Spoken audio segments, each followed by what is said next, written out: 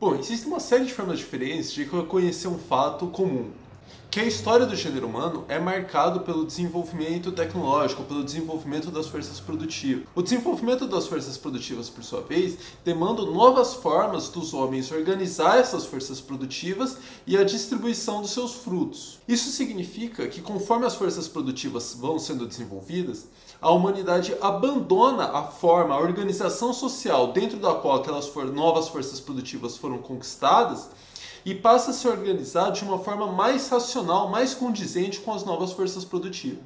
Por exemplo, no momento em que os seres humanos descobriram a agricultura, aquela organização social pautada, pela caça, pelo nomadismo, deixa de fazer sentido.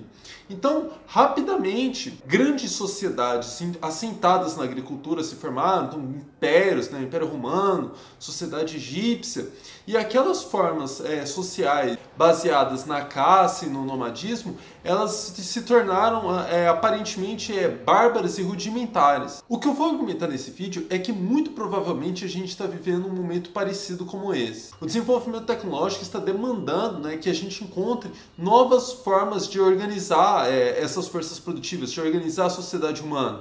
E essas novas formas, muito provavelmente, se efetivadas, se encontradas, fariam a forma social atual parecer bárbara e rudimentar.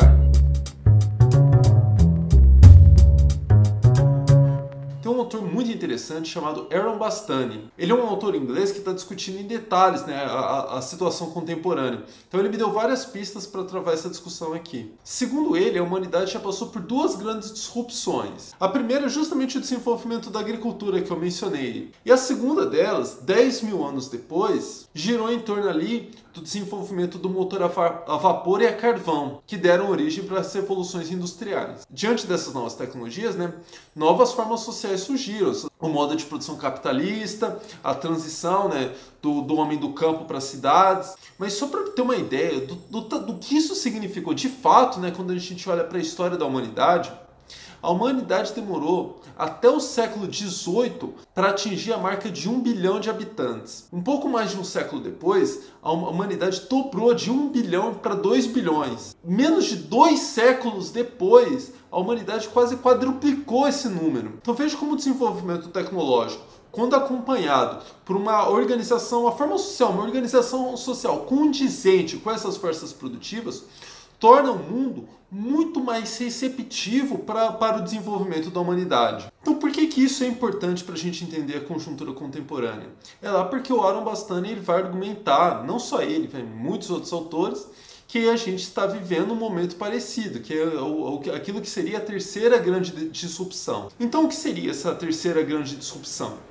As novas tecnologias que estão sendo desenvolvidas, elas nos permitiriam basicamente eliminar a necessidade de trabalho, a questão resolver os impasses em torno da escassez de recursos naturais, de fontes de energia, bem como oferecer a possibilidade de extensão da vida humana para limites, que a gente ainda nem consegue imaginar. E no momento de grave crise ambiental, oferece as possibilidades de estabelecermos uma relação muito mais harmônica com a natureza. Eu vou dar apenas alguns exemplos que o Aaron Bastani traz no livro, só para dar uma elucidada. Quanto ao trabalho, as impressoras 3D e a inteligência artificial estão criando um cenário, muitas atividades hoje desempenhadas pelos homens vão ser substituídas por máquinas. Quanto à energia, nos últimos 15 anos, a capacidade de armazenamento daquelas baterias recarregáveis de íon lítio, ela triplicou e o custo de cada unidade despencou em 10 vezes. Isso significa que, por exemplo, que os carros elétricos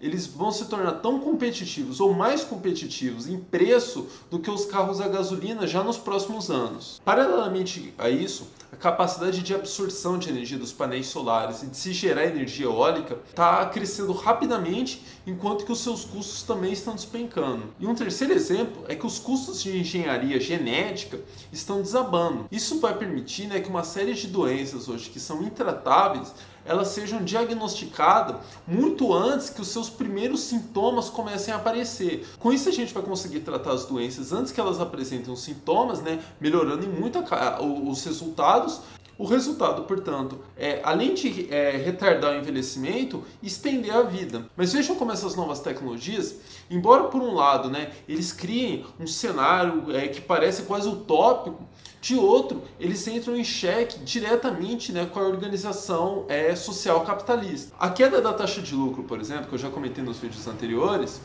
ela não pode ser pensada independentemente desse movimento. Mas tem muito mais para vir ainda. Imagine as pessoas vivendo mais no momento em que a previdência social é um problema ao redor do mundo. E além disso, as máquinas vão estar substituindo postos de trabalho, ou seja, além de estar reduzindo o número de trabalhadores contribuindo para a previdência social, você vai ter uma massa de desempregados provavelmente demandando políticas de distribuição de renda, e isso não é algo que está muito distante, não estou falando aqui de décadas.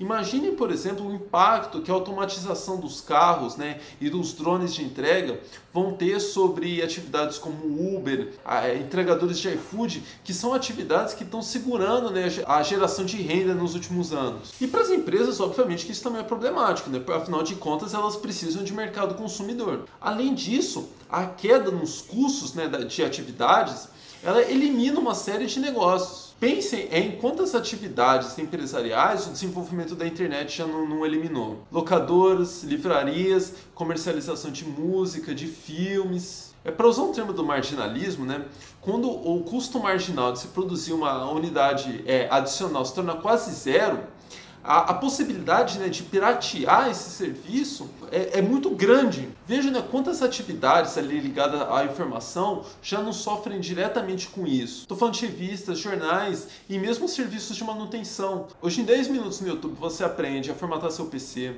a montar o seu treino na academia, a trocar o resistor do chuveiro. Mas veja como que a situação é absurda.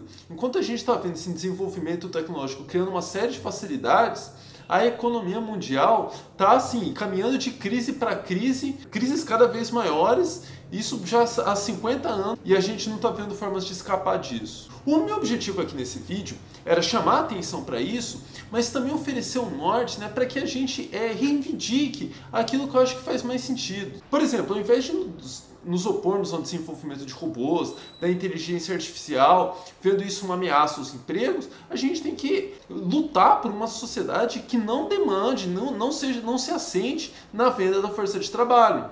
A gente quer mais que os robôs e a inteligência artificial assumam essas atividades chatas, perigosas, insalubres. Da mesma forma que ao invés da gente reivindicar a solução, né, da crise climática a partir de um processo de desindustrialização, a gente deve lutar por um processo de industrialização pautado nessas novas fontes de energia e de recursos naturais. Bom, mas essas questões eu vou abrindo nos próximos vídeos. A ideia aqui vai ser gravar um próximo vídeo enfrentando essa temática para discutir as grandes medidas políticas que já estão sendo debatidas aí, renda básica universal, impostos sobre robôs. Bom, então é isso. Então quem ainda não se inscreveu no canal, aproveita aí. Também dê uma olhada aí nos vídeos que eu andei postando nas últimas semanas sobre financiarização, papel do Estado na economia.